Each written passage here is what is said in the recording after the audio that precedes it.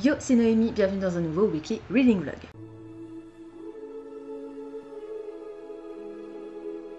On est lundi, il est 15h12 et je vous reprends seulement maintenant pour vous parler des objectifs de la semaine. Objectif numéro 1, finir Rocaille.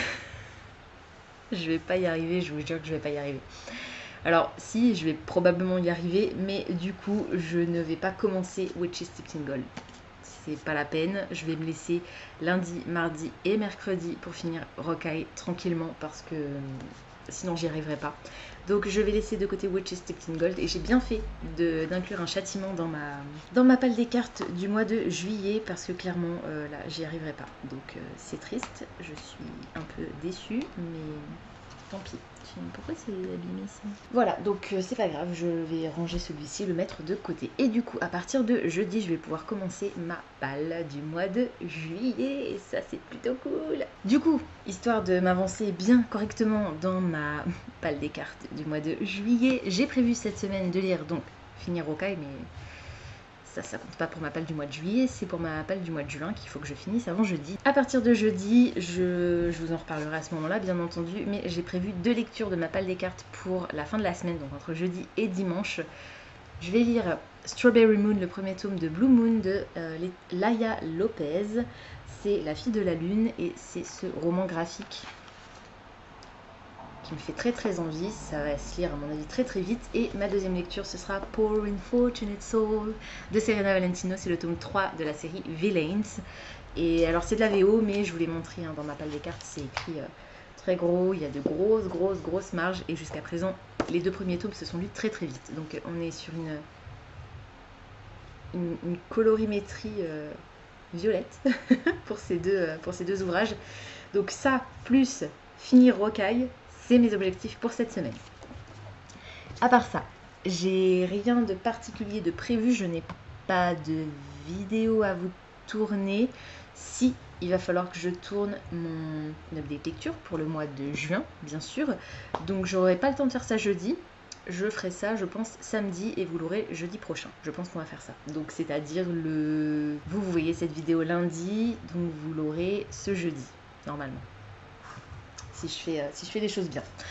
Autrement, j'ai reçu une précommande et je suis trop contente et je ne sais pas quand est-ce que je vais pouvoir le lire, mais j'ai trop envie parce que j'avais adoré le tome 1.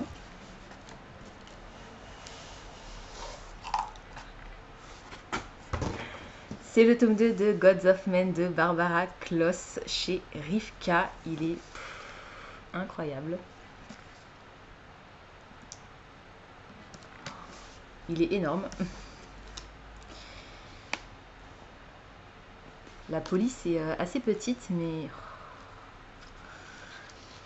Oh purée. Donc il n'y a rien de spécial au revers de la dust jacket. Le livre est complètement tout nu. Il n'y a pas le titre, rien du tout, rien d'embossé, rien d'écrit du tout. Mais les end pages sont fantastiques. Oh là là.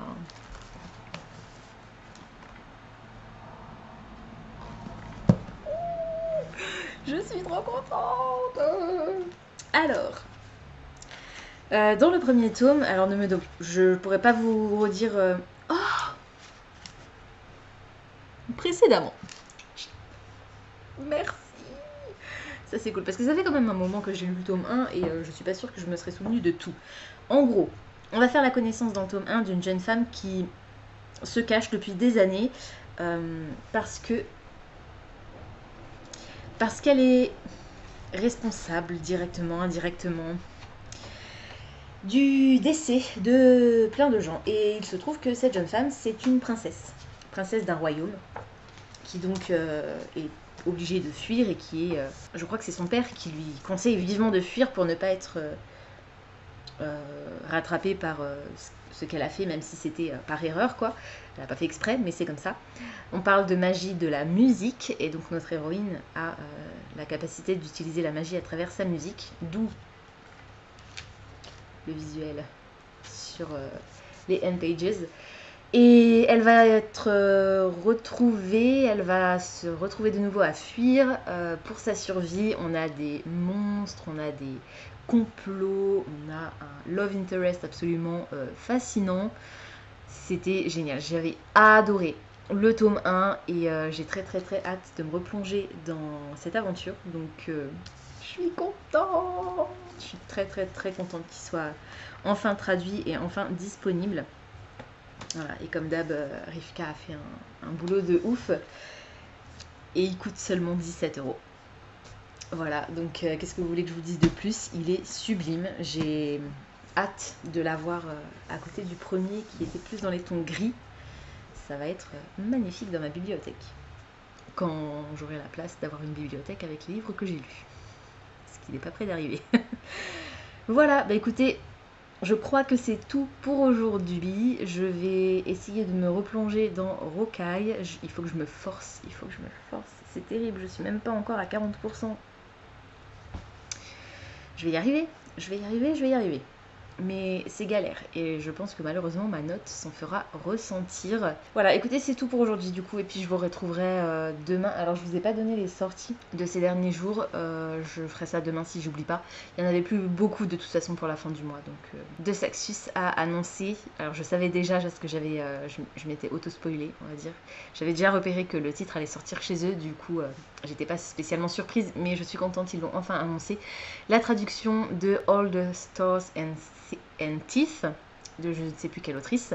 Voilà, donc pour cet été, ils ont commencé à teaser un nouveau titre qui, à mon avis, je suis pas la seule à avoir cette idée en tête, donc je pense que ça doit effectivement être ça, et si c'est vraiment le cas, je suis contente parce que c'est un des titres en VO qui me fait le plus envie, un des titres en VO de 2020 je crois. Ça s'appelle Serpent and Dove de Shelby Marin, et c'est la romance entre une sorcière et un chasseur de sorcières. Et ça se passe en France, je crois. Donc j'ai très hâte, si c'est bien ça, j'ai très hâte de le découvrir. Même si le fait qu'il soit traduit en français, du coup, on n'aura pas forcément la double langue, parce que je crois que dans la version originale, donc en anglais, il y a des passages en français. Voilà, du coup, on fera pas la différence, mais c'est pas grave. En tout cas, ouais, je suis contente. Et je crois que c'est Casterman qui a commencé aussi à teaser un titre qui va sortir en septembre chez eux. Et je pense que ce sera la traduction de House of Salt and Sorrow, qui est une réécriture du conte des 12 princesses, que j'ai très envie de lire également. Donc pas mal de belles sorties en perspective là pour la fin d'année, donc c'est plutôt cool. En attendant la confirmation de tout ça, je vous laisse, et puis je vous retrouverai du coup demain pour la suite de ce vlog. On est jeudi, il est 22h53 et on est le 1er juillet. Nouveau mois, nouvelle pile à lire, nouvelle pile des cartes. Mais avant d'en arriver là, je vais juste vous donner les derniers titres du mois de juin qui m'intéressaient et dont je vous ai pas encore parlé.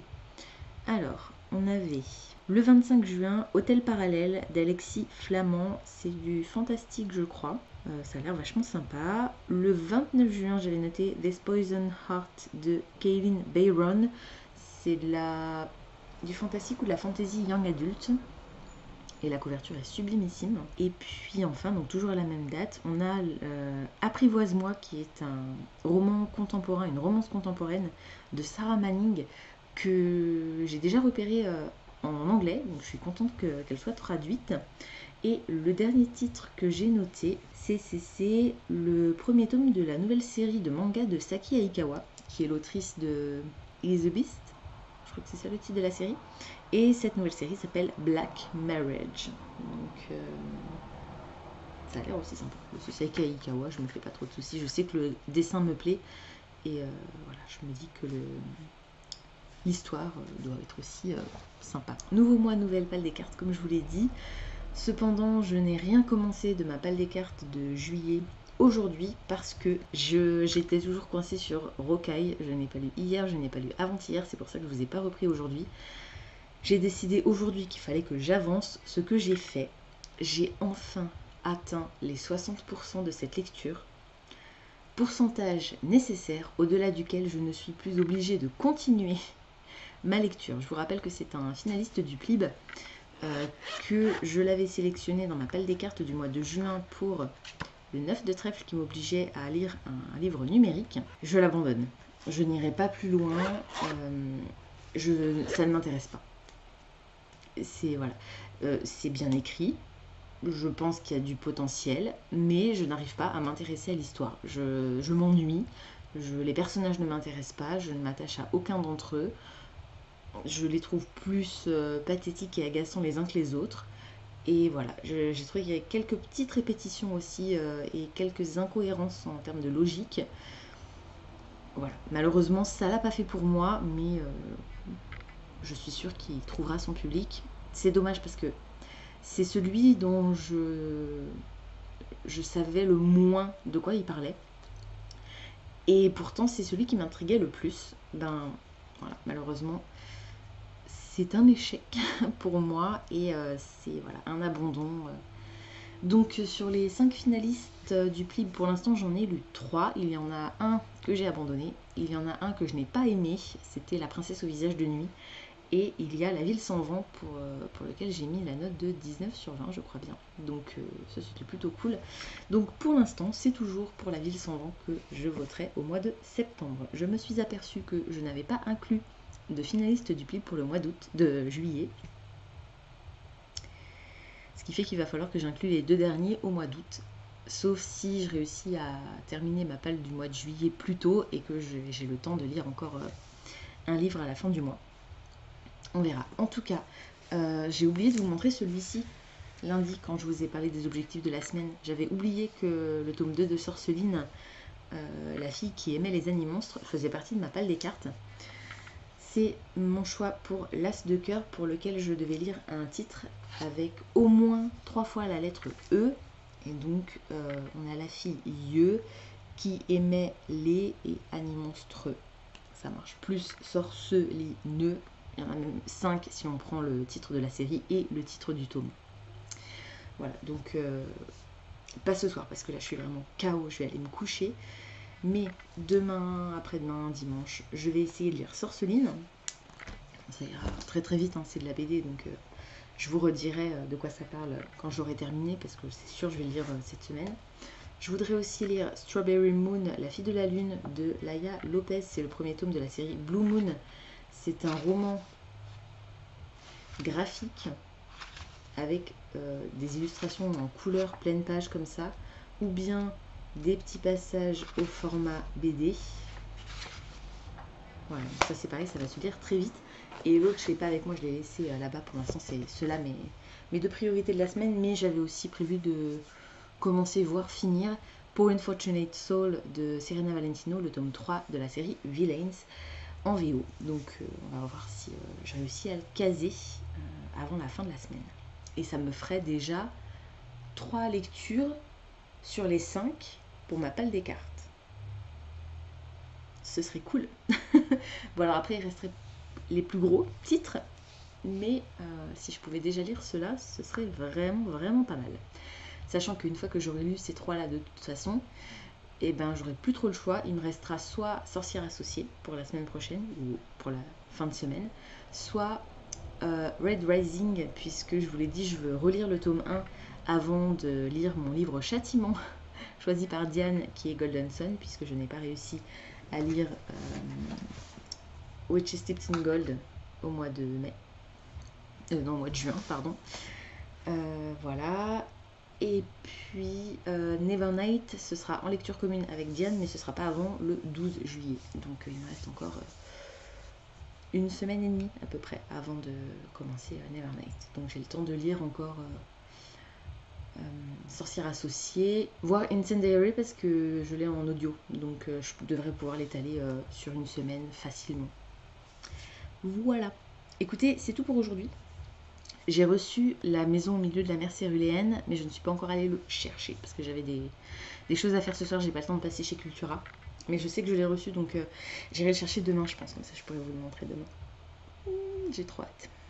Voilà, donc cette fois-ci, c'est tout. Je vous laisse et puis je vous retrouverai du coup demain pour la suite de ce vlog. On est vendredi, il est 22h21 et on est parti avec le petit update lecture de la semaine, très très court, en espérant que je réussisse à lire plus demain et après-demain.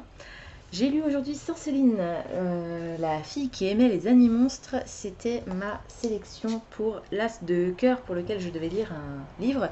dans le titre duquel il y avait au moins 3 fois la lettre E. C'était le cas. Dans cette histoire, donc c'est le tome 2, dans cette histoire on va faire la connaissance de Sorceline qui est une petite fille très douée pour identifier les créatures fantastiques. Elle veut devenir fantasticologue et du coup elle rejoint un genre de classe d'été, on va dire un stage, pour devenir apprenti fantasticologue.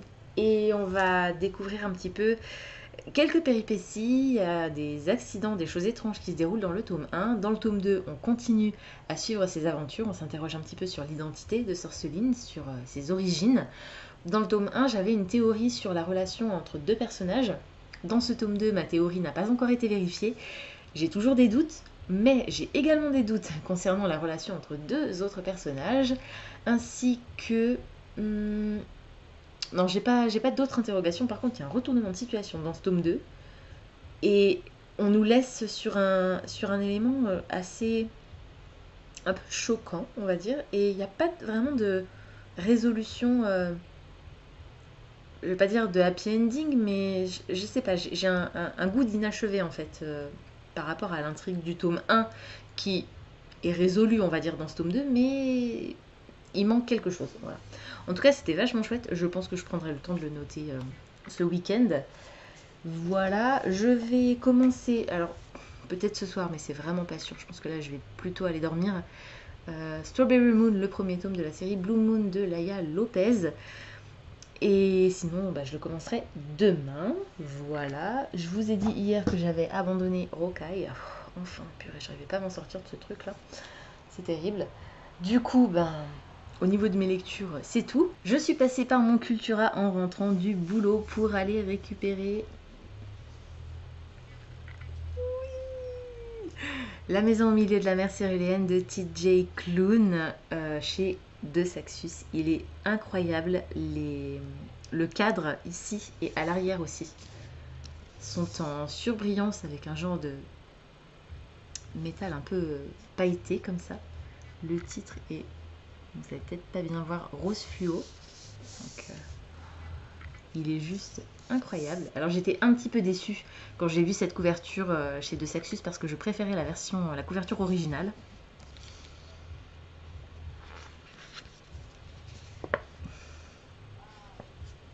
Ceci est la couverture originale. Voilà, donc je suis très contente. Il est magnifique. Une île magique, une mission dangereuse, un secret brûlant.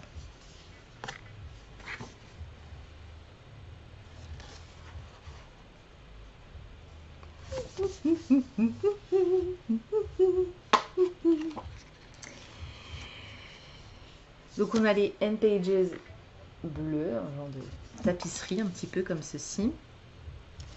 On a la petite trombine de l'auteur avec ses différents réseaux.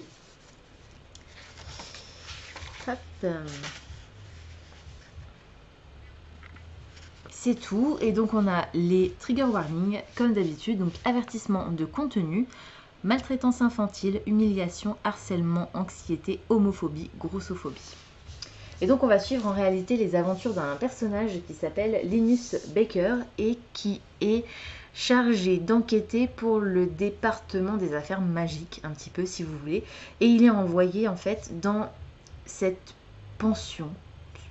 C'est un genre d'orphelinat, il me semble, qui regroupe les enfants les plus potentiellement dangereux pour l'univers. Quelque chose comme ça. Et il doit s'assurer que ces enfants orphelins sont bien traités, etc. Donc Linus va se rendre dans ce fameux orphelinat, faire la rencontre des enfants. Donc, son rôle, c'est d'une part d'être sûr, vérifier que les enfants sont bien traités, et d'autre part de vérifier qu'ils ne constituent pas un danger pour le reste du monde. Et il va se rendre compte très rapidement que, au-delà de ces enfants extrêmement particuliers, d'ailleurs ça fait un petit peu Miss Peregrine et les enfants particuliers, cette île renferme pas mal de secrets. Voilà. Et j'ai très hâte de découvrir cette histoire. C'est à l'heure actuelle le livre de ma pile à lire qui me fait le plus envie. Il y a moyen que je le case en août. En plus, Diane l'a précommandé aussi, donc on pourra faire une lecture commune. Et j'ai trop hâte. Oh my god. Je vais vous parler rapidement des sorties qui m'intéressent pour ce tout début du mois de juillet. La première, c'est une sortie en VO, ça s'appelle Moussaï, je pense, c'est le titre de la série. Et le tome 1 s'appelle Song of the Forever Rains. C'est écrit par E.J. Mello. C'est de la fantasy, c'est de la romance. Voilà, donc j'ai très hâte de découvrir cette histoire. Voilà, à partir du moment où c'est la fantasy romance, en général, avec moi ça marche. Et puis cette couverture est juste sublime. Et du coup, en français, hier vous avez donc La Maison au milieu de la mer Céruléenne qui est sortie, ainsi que qu'est-ce que j'ai noté? J'ai noté, ah oui, le premier tome d'une nouvelle série de Julia Chapman, c'est l'autrice des détectives du Yorkshire que j'adore. Cette nouvelle série s'appelle Les Chroniques de Phogas et le tome 1, L'Auberge. Je sais pas du tout de quoi ça va parler, mais j'ai tellement aimé les détectives Yorkshire, d'ailleurs il faudrait que j'avance dans cette série, que voilà, je fais confiance à l'autrice. Et le dernier titre dont je vais vous parler et qui est également sorti hier, c'est un titre que j'avais déjà repéré en VO.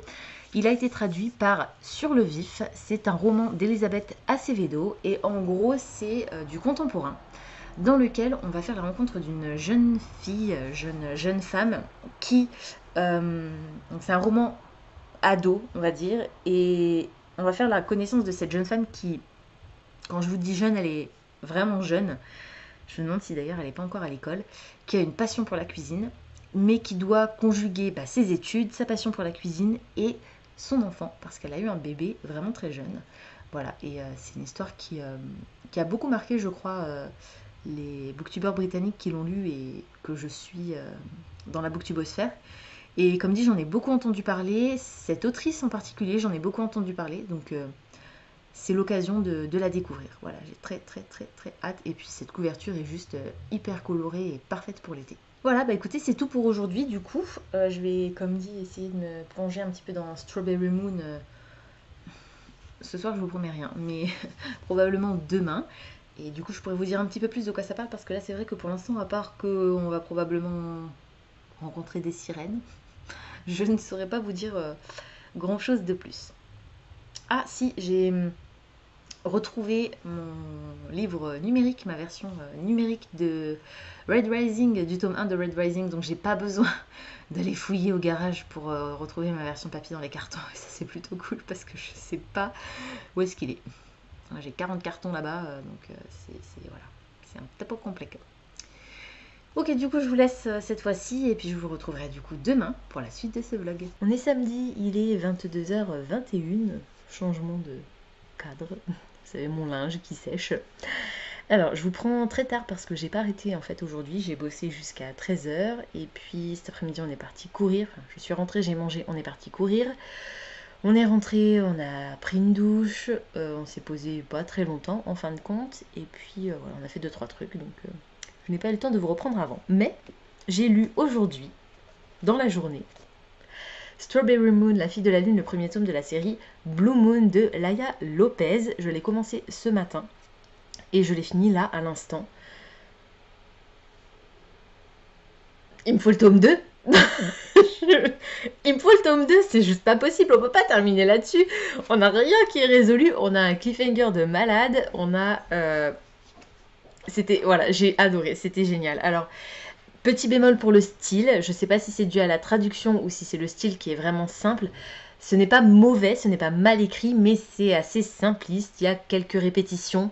Voilà, donc c'est pas le roman du siècle au niveau de l'écriture. Par contre, j'ai beaucoup aimé les personnages, notamment le personnage de Diana, qui est en réalité une sirène. On va rencontrer donc Diana, qui est une sirène et qui débarque sur la terre ferme. Elle a vécu toute sa vie dans la lagune, jusqu'à ses 18 ans, je crois que c'est à leur majorité que les sirènes qui vivent dans la lagune ont la possibilité, si elles le souhaitent, de se changer en humain pour vivre les expériences humaines, vivre parmi les humains, aller à l'université, ce genre de choses. Diana, depuis toujours, rêve de vivre parmi les humains et elle va se retrouver donc sur la terre ferme, entourée par 2, 3, 4 autres personnages qui sont eux aussi des sirènes ou des tritons, qui vont la prendre un petit peu sous leur aile. Elle va se faire des amis, on va suivre un petit peu les aventures de cette jeune fille qui va tomber sous le charme d'un humain, voilà, qui s'appelle Aiden, Et c'était génial, j'ai beaucoup aimé, j'ai adoré le format. J'essaie de vous montrer, que ce soit pas trop spoilant. C'est magnifique, je trouve que les illustrations et les couleurs sont sublimes. Le fait que ce soit tout en couleur comme ça, c'est juste incroyable. Et voilà, ça s'est lu très vite, comme dit, je l'ai lu dans la journée et j'ai bossé entre 8h et 13h, j'ai pas lu. Et je l'ai reprise seulement ce soir, en fait, j'ai bouffé une bonne grosse partie ce matin avant d'aller au boulot. Et là, je viens de le terminer. Donc ouais, c'était vraiment chouette. Je pense que je le passerai dans Copile demain. Étant donné que j'ai lu celui-ci aujourd'hui en entier, je ne vais pas commencer ce soir, je pense, Poor Unfortunate Soul. D'ailleurs, c'est marrant parce que les sirènes, Ursula, c'était pas fait exprès. Hein. D'ailleurs, la couleur, pareil, violet, c'était pas non plus fait exprès. J'ai choisi, voilà.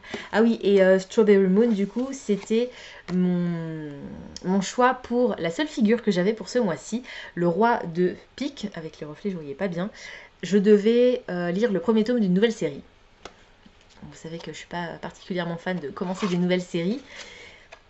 Mais voilà, très court. Le tome 2, je crois qu'il est tout aussi court. Donc, je suis contente. Et je l'ai vraiment beaucoup aimé. Je m'attendais pas à l'apprécier autant. Je pensais... Voilà. J'étais intriguée, mais je pensais pas qu'il me plairait tellement. Je m'attendais à quelque chose de très jeunesse. Et en fait, on est sur un récit ado, jeune ado, on va dire. Allez... 12-14 peut-être, et voilà, je l'ai vraiment beaucoup aimé et je vous le conseille, du coup c'était vachement chouette, mais préparez-vous à un énorme cliffhanger et si vous avez l'opportunité d'avoir le tome 2 sous la main, saisissez-la. Moi ce n'est pas mon cas, je suis au bout de ma vie. Voilà, donc c'était vachement chouette. Comme je vous l'ai dit, je vais pas forcément commencer tout de suite pour Unfortunate Soul, parce que bah, il est 22h quasiment 30 et puis je vais peut-être regarder quelques vidéos sur mon portable. J'ai pas mal de retard dans le visionnage de mes vidéos YouTube et voilà, j'ai envie là de regarder quelques TBR Games, donc les jeux pour construire la pile à lire des youtubeurs britanniques que je regarde, britanniques anglophones d'ailleurs parce qu'il n'y a pas que des britanniques. Voilà, donc je pense que je vais plutôt faire ça, mais je commencerai dès demain pour Unfortunate Soul. Comme j'ai fait pas mal de choses aujourd'hui, je n'ai pas non plus eu le temps de vous tourner mon update lecture pour le mois de juin, donc je ferai ça également demain. Comme ça, vous l'aurez jeudi, comme c'était prévu, et puis c'est tout pour aujourd'hui.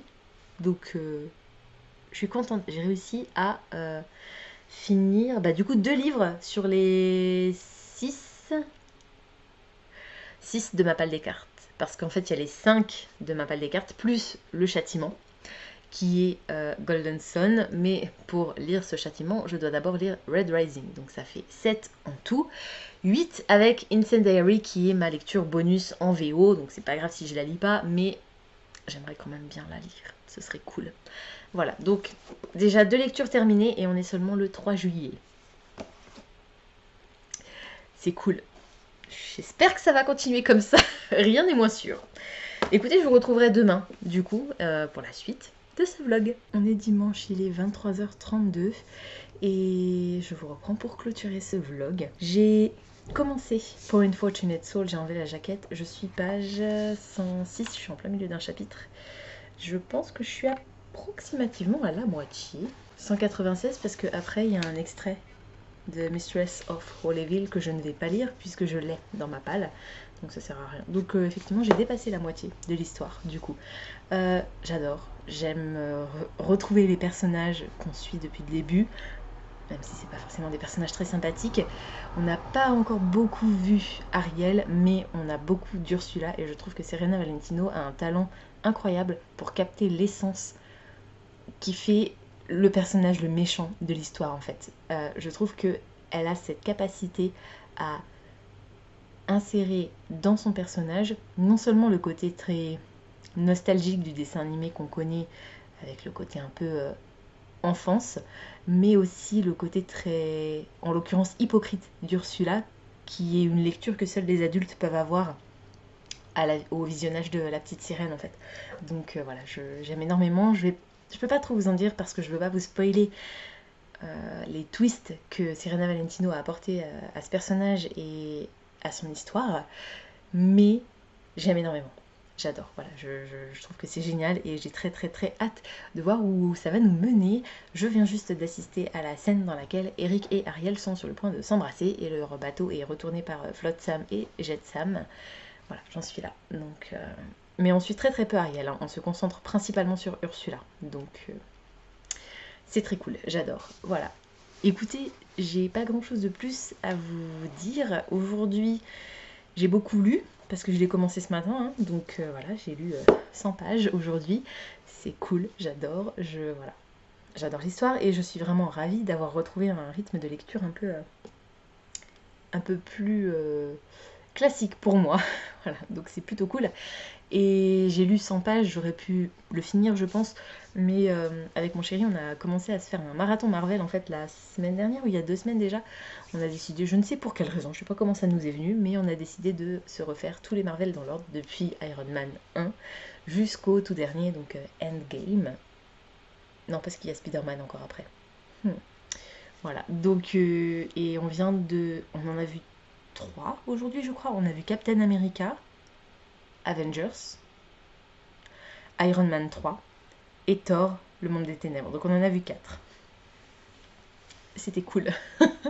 Voilà, on n'est pas forcément hyper cinéphile, mais on apprécie de regarder de temps en temps un film. Et c'est vrai que moi, je crois que je les ai tous vus au cinéma. Et je crois que depuis qu'on est ensemble, à chaque fois qu'un nouveau film est sorti, il me semble qu'on l'a vu aussi ensemble au ciné. Pas sûr. J'ai un doute maintenant. Enfin bref, c'est pas très grave. Voilà, donc c'était cool, on passe une bonne journée. On aurait pu aller en centre-ville à Strasbourg parce que les boutiques sont ouvertes, mais j'avais regardé un petit peu la météo et ils avaient prévu de l'orage. Et effectivement, on s'est tapé une tempête de grêle aujourd'hui, donc bon, on était bien à la maison. Voilà. Écoutez, je vais arrêter de blablater, ça ne sert à rien que je vous retienne plus longtemps. Je vais aller retourner là. Et c'est tout. Donc je vous remercie d'avoir regardé ce vlog jusqu'au bout. Et puis je vous dis à demain pour moi. Et à la semaine prochaine pour vous pour un nouveau weekly reading vlog. Ciao.